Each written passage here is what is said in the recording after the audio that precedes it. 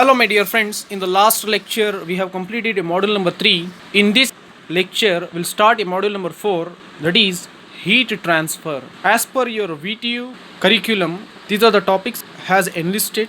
I'll read out a basic equations of a heat transfer. In that subdivision, energy balancing equation, rate of equation. In that we have to learn the definitions on a rate of equation for a conduction heat transfer, convection heat transfer, radiation heat transfer, energy generated in the solid, energy stored in solids. So these are the basic idea of a thermal analysis which you have very well known and studied in a thermal subjects like HMT and thermodynamics. Then actual bit of FEM will get start from bit number 2, one dimensional finite element formulation using variational method.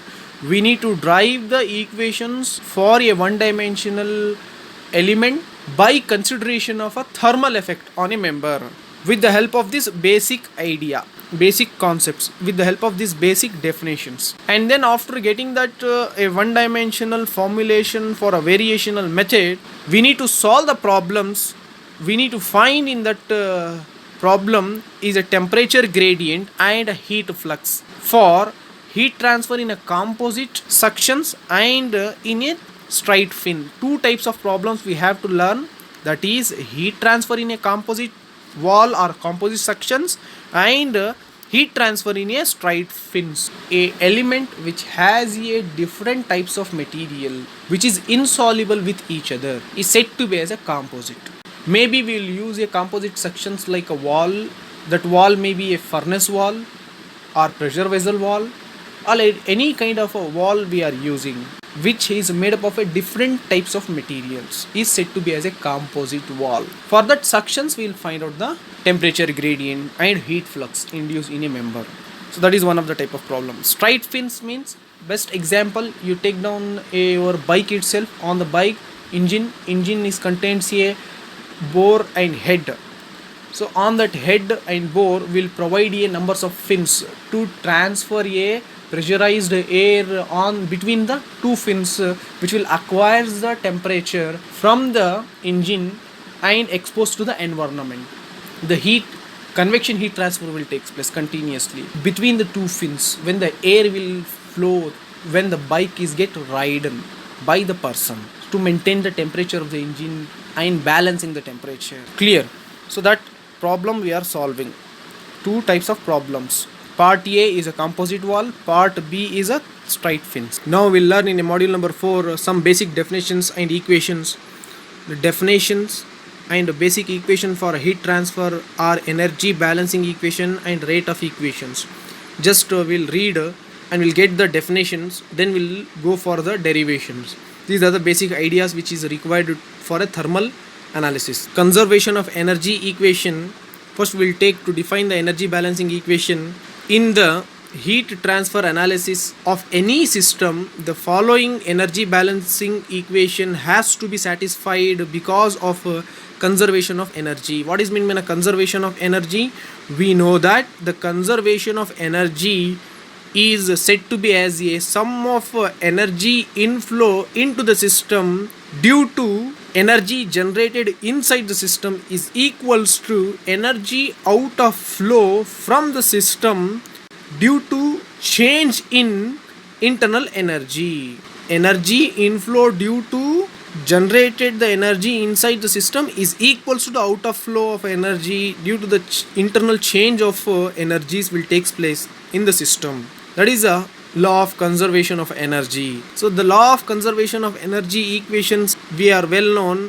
One of the equation I have taken, E dot in plus E dot G is equals to E dot out plus E dot int. Call it as a equation number 1, where the dot we are representing above the symbol specifies a time rate. This is a time dependent equation, right?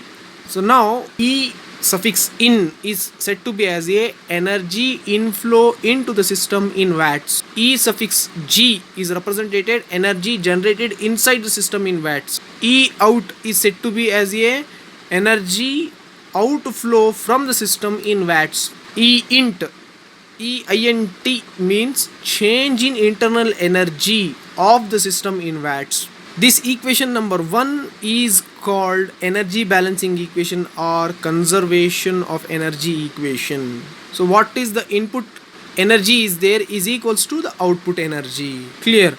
So then next bit, a rate of equation. We got the energy balancing equation. Now we need to get a rate of equations. How many types of rate of equations are there?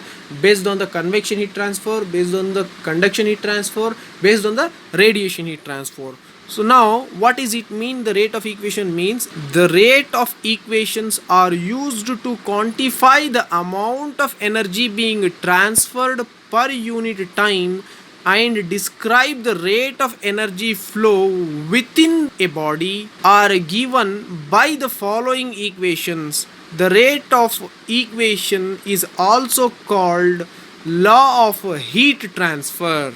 What happens here, the quantifying the amount of energy being transferred per unit of time within a body, that equation is called as a rate of equation. Based on the conduction heat transfer, it is the transfer of heat through a material without any net motion of mass of the material. For a one-dimensional heat flow, the Fourier law along the x-axis is given by the heat flux Q of x is equals to minus of k dou t by dou x. Call it as equation number 2. Multiply equation number 2 with a value of a on both sides, will get a rate of heat flow capital Q which is equals to minus of Ka dou T by dou X. Call it as a equation number 2 dash, where the T is called it as a temperature field in the medium in Kelvin, and dou T by dou X is temperature gradient along the x-axis K by M, where Q of X is called as a heat flux in x direction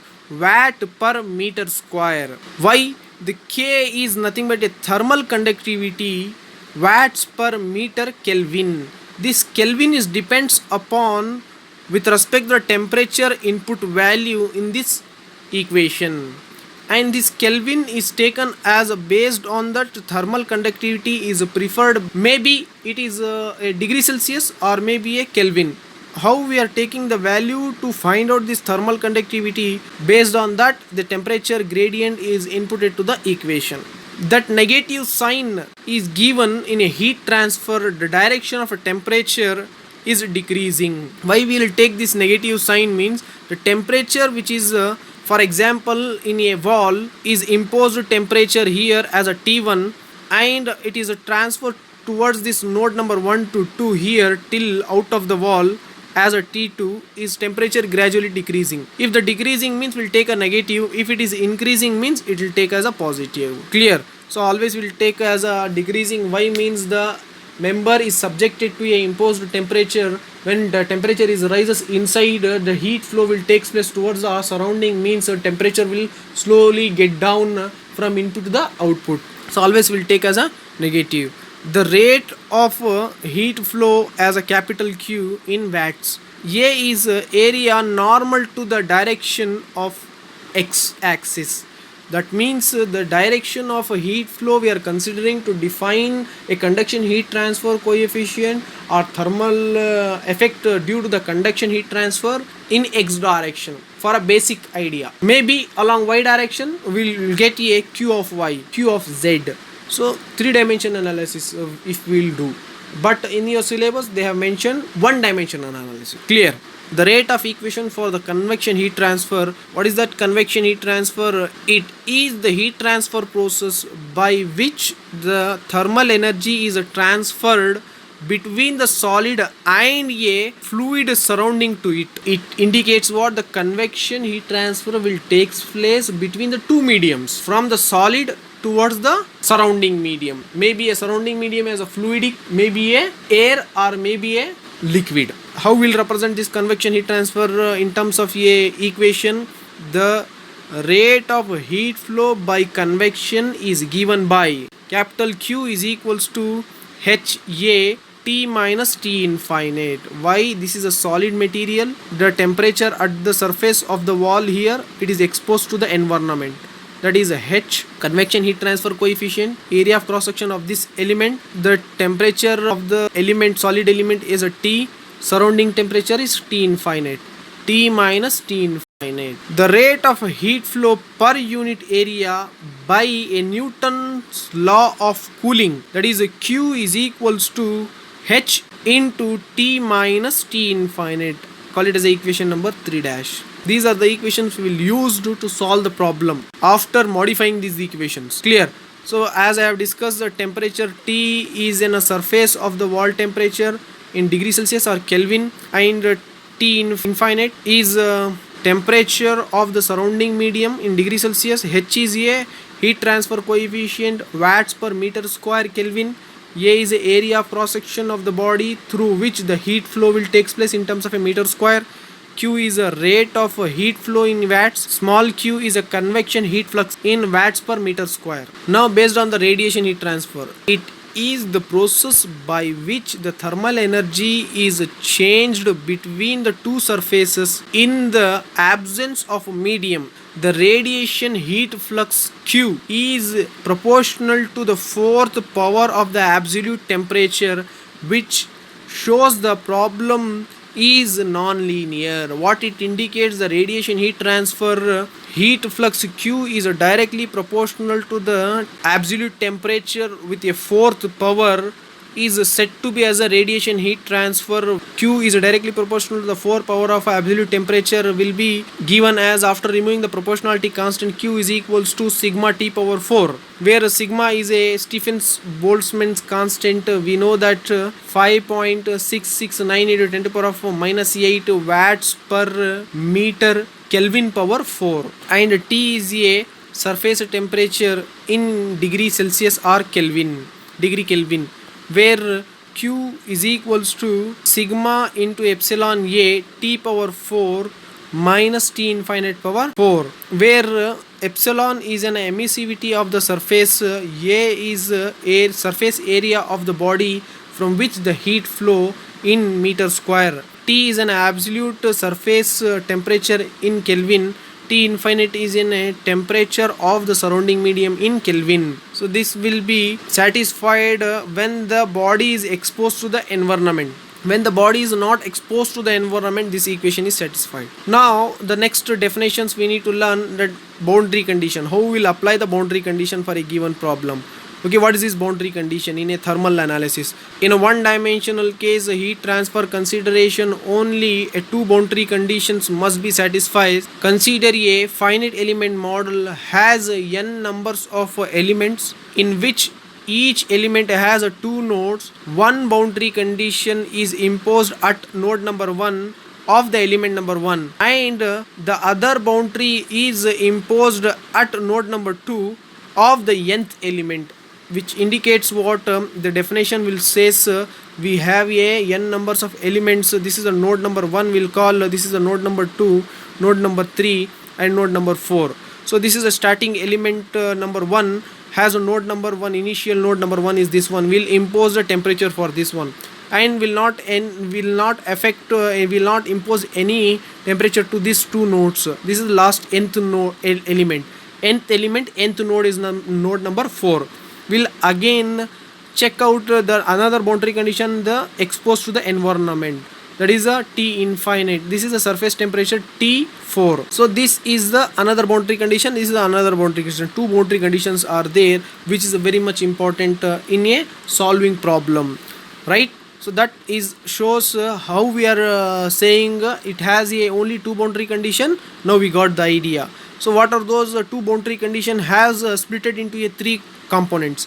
One is an imposed temperature, imposed heat flux, and convection through an n nodes. Imposed temperature, specified temperature boundary condition at an end node is a known value, is said to be as a imposed temperature. We'll specify the temperature at the boundary condition. To get this idea, we have the example. Take an example, wall of a furnace. This is the wall of the furnace we have taken to get the idea about imposed temperature. Consider a wall of furnace containing a hot fluid at a temperature of T naught with outer surface is exposed to atmospheric temperature T infinite as shown in figure. So this one is a T infinite atmospheric temperature, that is the outer surface is exposed to that one, and inner surface of the wall is imposed temperature T naught. Outer surface of the wall temperature is equals to TL, which is exposed to the environment. Now we'll convert that in terms of a FE model, one dimensional element, this wall, that node number 1 is this one, node number 2 is this one, has a temperature at node number 1 T naught, at node number 2 TL. Total length of the element which is equals to L. The boundary conditions are for this wall surface at node number 1, at x is equals to 0, T is equals to T naught at node number 1. At node number 2, x is equals to L, T is equals to TL. So this is the imposed temperature boundary condition. Similarly, second boundary condition we have imposed heat flux. What is this imposed heat flux? The heat flow rate into or out of the end of the body is specified while it is possible in a mathematical sense but not possible in a practice. That is, at x is equals to L, we have this element is exposed to the environment. When it is exposed to the environment, there is a heat exchange will takes place. The rate of heat flow Q is equals to H naught, that is convection heat transfer coefficient H naught into TL minus T infinite into TL minus T infinite. I am not taking this one, this completely imposed heat flux, where we are imposing the heat flux at the outer surface of the furnace wall which is exposed to the environment with a temperature effect of T infinite, that is equals to Q is equals to H naught into TL minus T infinite. From figure we have taken, this is the boundary condition, imposed heat flux. Now convection through an end nodes will restrict the heat flow, how it will be, just will get the idea. The specified boundary condition with a non-ambient temperature, it indicates what a convection through a end node means. By considering a wall where the inside surface is insulated and outside surface is exposed to a temperature of T infinite as shown in figure here. See here, this wall has been fixed, we'll say, in regularly while we'll solve the problems on a bars, beams like that. When we'll hash this one now in a thermal problem, it is insulated. It is insulated means there is no heat transfer will takes place. That Q is equals to 0. And outer surface of the wall furnace is exposed to the environment with a temperature T infinite. Then the convection heat transfer will not takes place at a inner surface of the wall due to insulation. At x is equals to 0, Q is equals to 0. At x is equals to L, Q is equals to H naught into TL minus T infinite. Clear? So this is called as a convection heat transfer will takes place, and these are the boundary condition for a convection heat transfer. Now we got the idea. Convection heat transfer means what? Conduction heat transfer, radiation heat transfer, how the boundary conditions we are preferring in a FEM. After this, we need to go for a second bit, formulation of a FE model by using a variational method, right? So in next lecture, we'll get the idea about a formulation of a FE model by using variational method. Thank you for listening my lecture.